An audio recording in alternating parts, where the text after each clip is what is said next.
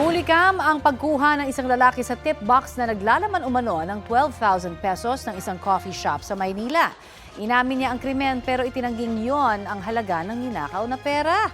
Balitang hatid ni Jomer Apresto, exclusive. Aakalain mong customer ang lalaking yan na nahagip sa CCTV ng isang coffee shop sa Juan Luna Street sa Binondo, Maynila nitong Martes ng gabi. Maya-maya, makikita sa video na unti-unti niyang ginagalaw ang tip box na nasa counter. Umalis pa siya saglit. At pagbalik, tinangay niya ang tip box. Ayon sa pulisya, pasara na ang coffee shop nang malaman ng mga empleyado na nawawala na ang kanilang tip box.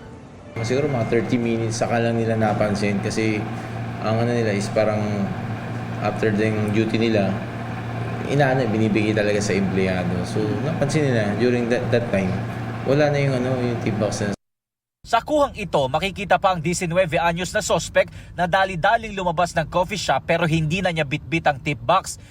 Hindi na nahagip sa CCTV pero sabi ng pulisya, pumasok sa CR ang lalaki at doon umano niya kinuha ang laman ng tip box na abot sa 12,000 pesos at inilagay niya raw ito sa kanyang bag. Nakita rin sa backtracking na sumakay ng e-trike ang suspect. Ayon sa Maysik Police Station, nahuli sa follow-up operation ang suspect sa Elcano Street.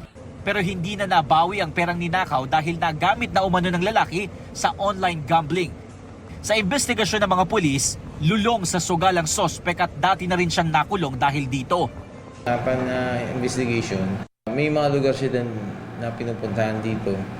Pag may pera siya, doon siya tumatambay, naglalaro ng online game na yon. So parang yun yung naging drive niya para mag-commit ng ganong violation.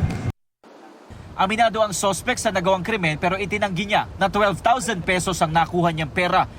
Ipinambili niya raw ang pera ng gatas at diaper ng kanyang dalawang anak at hindi raw ipinansugal.